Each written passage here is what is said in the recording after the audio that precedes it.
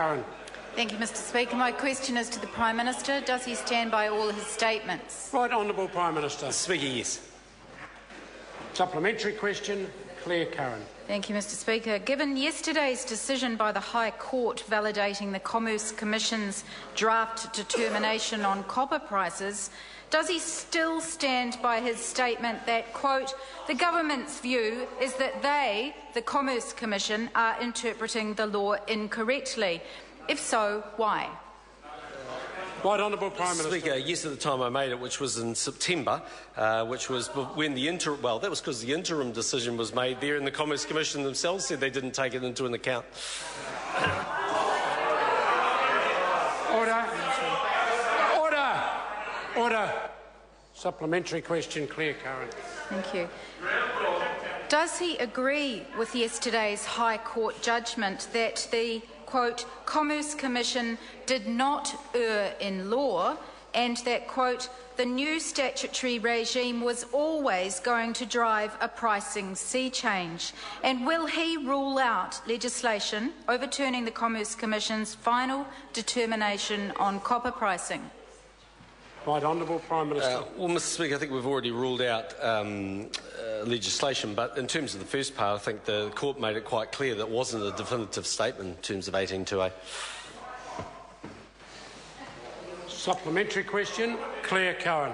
Given the High Court judgment yesterday validating the Commerce Commission's draft determination on copper pricing, will he and his ministers now refrain from pressuring the Commerce Commission to make a determination that favours Chorus and let the independent regulator make its decision free from political pressure? Speaker, right Honourable Prime Minister. Well, no one on this side of the House has tried to intimidate or put pressure on the Commerce Commission any more than that member did when she told David Cunliffe she'd go to the internet party if he wasn't nice to her. Order. Order. Order.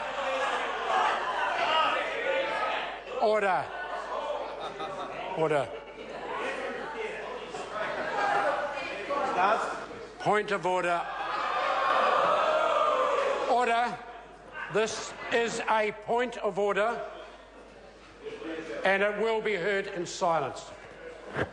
Honourable David Cunliffe. Mr Speaker, I seek your advice as to whether that reply was out of order, either because of irrelevance or because it was factually untruthful. Order. It's a reply that, in my opinion, wasn't out of order, but it certainly wasn't helpful to the order of the House and the member. Order. I'm on my feet. Now, does the member have further supplementaries with this question? Supplementary question, Clare Curran. Maybe he could try a straight answer this time. Order. Order. Order. I did not hear the interjection, but if the member could assist the order of the House by simply asking her supplementary, I, for one, would be very grateful. Clare Curran. Does he now accept that he, Amy Adams, Stephen Joyce and Chorus were wrong about the copper price determination and that the High Court, the Commerce Commission and the wider ICT industry got it right? If not, why not? Right Honourable Prime Minister. Mr Speaker, this is the person that got it wrong, and I quote, the people of New Zealand who are receiving broadband services now will find that their existing copper service prices will go up. Order. I apologise.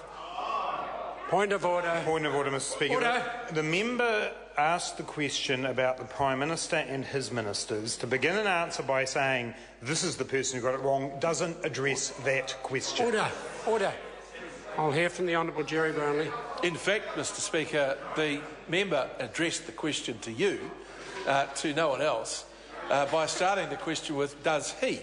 Mr Speaker, if we're going to get into the pedantics of how a question is directed to a question, or in fact order, how this that is a question, point of order. that circumstance is answered, then I think we would go back to the question being asked again, but I'm sure the same answer would be quite reasonable. No, I don't think there's any need to have the question heard again. I heard the question. The Prime Minister can continue with his answer if he wishes to.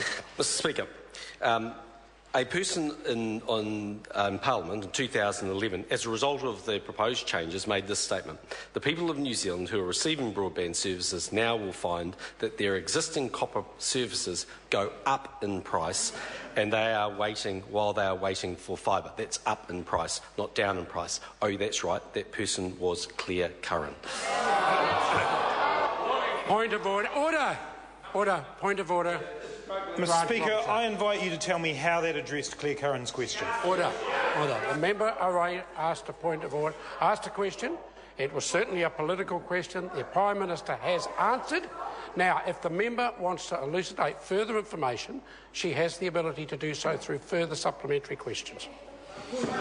Then, point of order, Honourable David. How can a question that goes to what the Prime Minister and other ministers said be answered by a question that doesn't refer to any of them? Order. I don't need assistance from the Prime Minister either.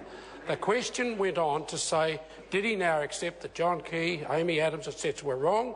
And he said, no, in his mind, the person who was wrong was somebody. Order. That is my interpretation of the question. Order. Order.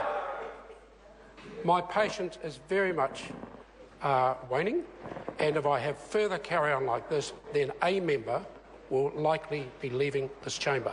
If I could finish my explanation without interruption from the front bench of the Labor Party, I considered the question was in order, I considered it to be political, and I consider that it got an answer that addressed the question. I accept not to the satisfaction of members opposite, but it addressed the question.